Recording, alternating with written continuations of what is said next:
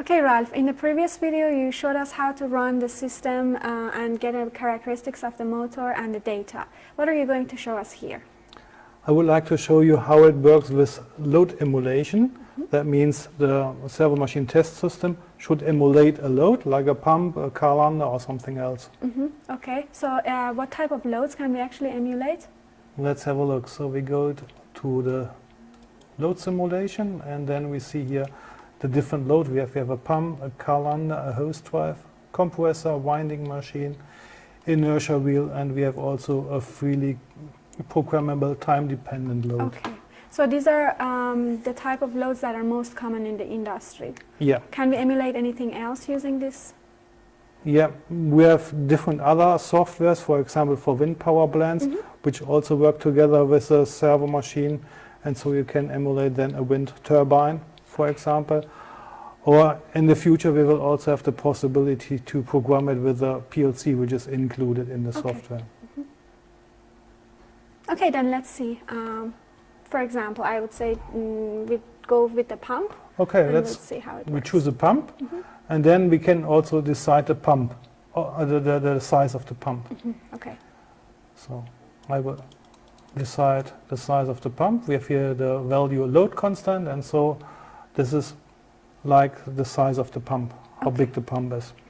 So, and if I press the enable button, the servo machine test systems behave like the pump. So press the 1 button and then say OK.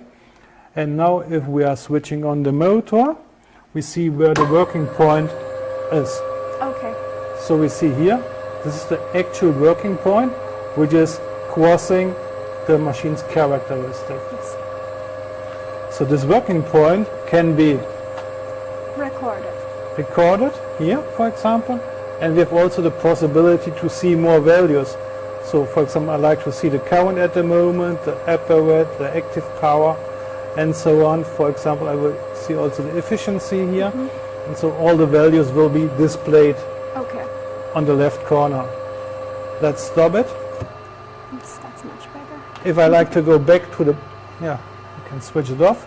If I like to go back to the points here, I can select this record button, say right mouse click and say add labels, and then I get all the information which was on this working point here. Okay, so you can have all these for evaluation, and in case you have more and more working points, you can have them all beside your graph. For example, if I go back, say okay, I would like to have a hose drive, press enable again, press and start also the motor,